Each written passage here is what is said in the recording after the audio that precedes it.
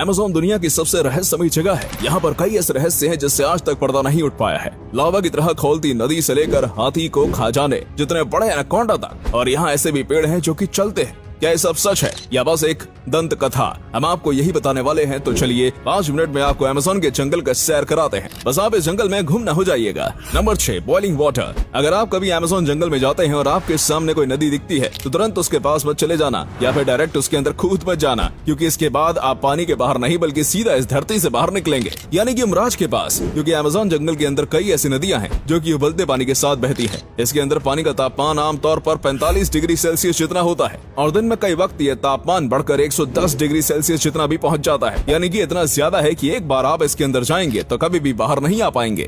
ये सीधा आपके शरीर को 3rd डिग्री जला देगा। और उसके बाद क्या होगा ये बात तो आप जानते ही हैं। वैसे तो ये पानी इतना ज्यादा गर्म क्यों होता है, इसके बारे में रिसर्च चल रही है। कुछ लोगों का मानना है कि ये बिल्कुल किसी हॉट स्प्रिंग जैसा है, लेकिन किसी भी हॉट स्प्रिंग में इतना ज्यादा गर्म पानी नहीं आता। तो आखिर अमेज़न की नदी में ही इतना ज्यादा गर्म पानी क्यों आता है, ये तो पूरी तरीके से रिसर्च करने के बाद ही पता चलेगा। वैसे कई लोग इस नदी के बाजू में रखे पत्थरों के ऊपर अंडे भी भगा देते हैं। Number 5, green anaconda.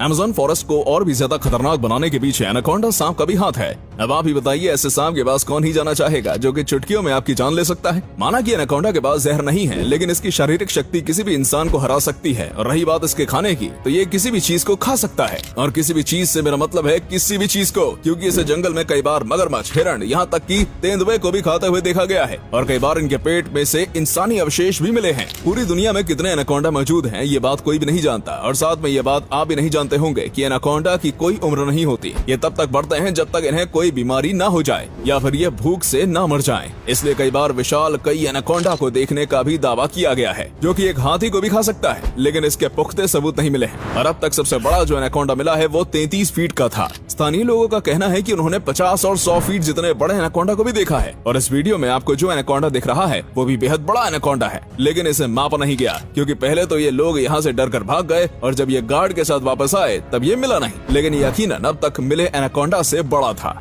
Number 4, strange geoglyphs. अगर आप अमेज़न जंगल को ऊपर से देखेंगे तो आपको कई ऐसी चीजें दिखेंगी जिसे देखने के बाद आपको यकीन नहीं होगा। जैसे कि पूरे अमेज़न जंगल में कई ऐसे अजीबोगरीब पैटर्न्स बने हुए हैं जिन्हें बस ऊपर से ही देखा जा सकता है। इन पैटर्न्स को बनाने के लिए जमीन पर कई प्रकार की लाइनें की गई हैं। यहाँ तक कि कई जगह पर तो अजीबोगरीब शेप्स के पत्थर भी रखे गए हैं। अब इन सब चीजों को क्यों और कैसे बनाया गया था, ये सब आज तक रहस्य बना हुआ है। इसे बनाने के पीछे का सबसे पहला निशाना एलियंस को बनाया जाता है। कहा जाता है कि एलियंस ने ही किसी न किसी वजह से इसको बनाया होगा, क्योंकि दुनिया के कई कोनों में से ऐसी कई चीजें देखने को मिलती हैं, जैसे कि नाज़का लाइन्स जो कि पेरू में है। और कुछ का मानना है कि इस तरीके से एलियंस आपस में बातें किया करते थे। और वैज्ञानिकों ने कहा है कि हो सकता है ये सब चीजें अमेज़न के जंगल में रहने वाले आदिवासियों ने बनाए हों। जैसा कि आज के वक्त में मनोरंजन के लिए कई सारी चीजें मौजूद हैं, लेकिन उस वक्त ऐसा कुछ नहीं हुआ करता था, इसलिए कहा जाता है कि ये सब उन्होंने अपने मनोरंजन के लिए किया होगा। लेकिन वहीं पर आखिर इन्होंने उन चीजों को बनाया कैसे, क्योंकि बिना किसी मॉडर्न टूल के इंसानों के लिए इसे बनाना इम्पॉसिबल है। नंबर 3, पोटू। अच्छा, अभी आपको कोई पक्षी दिख रहा है? शायद नहीं दिख रहा होगा, क्योंकि यहाँ पर एक पक्षी है जो कि कैमोफ्लेज करने में माहिर है। इस पक्षी का नाम है पोटो और ये अमेज़न की खासियत है। ये पक्षी इतने शातिर तरीके से अपने आप को छुपाता है कि कोई भी शिकारी इसे देख नहीं पाता। इसके शरीर का रंग बिल्कुल ही पेड़ पौधे जैसा है, जिसकी वजह से किसी भी पेड़ के तने में आसानी से छिप सकता है। इसकी आंख भी पूरी तरीके से काली होती है, जो कि इसे कैमोफ्लेज करने में और भी ज्यादा मदद करती है। इस पक्षी की साइज बहुत ही ज्यादा छोटा होता है। ऐसे पक्षी जंगल में काफी ज्यादा मौजूद हैं, लेकिन अक्सर ये देखने को नहीं मिलता है, क्योंकि जाहिर सी बात है ये किसी पेड़ के ऊपर छिपे हुए होते हैं। और ईगल, सांप, स्पाइडर जैसे कई शिकारी इनका शिकार करने की कोशिश करते हैं, लेकिन फिर वो इन्हें छोड़कर किसी आसान शिकार पर चले जाते हैं, जिसके चलते इनकी आबादी काफी अच्छी है इस वक्त। Number 2, walking palm.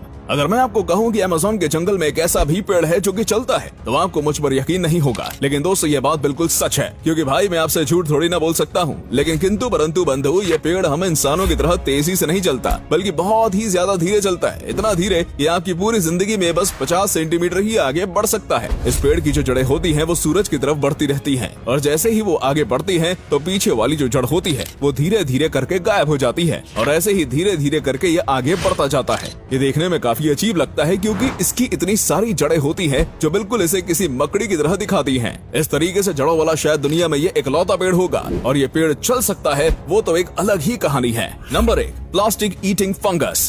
दोस्तों, हाल ही में येल यूनिवर्सिटी की एक प्रिया आनंद नाम की लड़की ने अमेज़न के जंगल में से एक ऐसा फंगस ढूंढा है जो कि अब इंसानों की सबसे बड़ी समस्या यानी कि प्लास्टिक को खत्म कर सकता है। जी हाँ, आपने बिल्कुल सही सुना। इस लड़की ने इस फंगस के करीब 60 सैंपल लिए थे और उसके ऊपर वो कई रिसर्च कर रही थी और इसी बीच पता चला कि ये जो फंगस है ये प्लास्टिक को खा सकता है और इसे डाइजेस्ट भी कर सकता है, यानी कि वो पूरी तरीके से प्लास्टिक को नष्ट कर सकता है। साथ ही में ये बहुत ही ज्यादा कम ऑक्सीजन की मात्रा में भी आराम से उग सकते हैं, इसलिए अगर ये पानी के अंदर भी उगाया जाएगा तो फिर ये आराम से पानी के अंदर भी रह पाएंगे और ऐसा करके पानी के अंदर के प्लास्टिक को और जमीन के प्लास्टिक को खत्म किया जा सकता है। लेकिन ये सब आगे की रिसर्च ही बताएगी।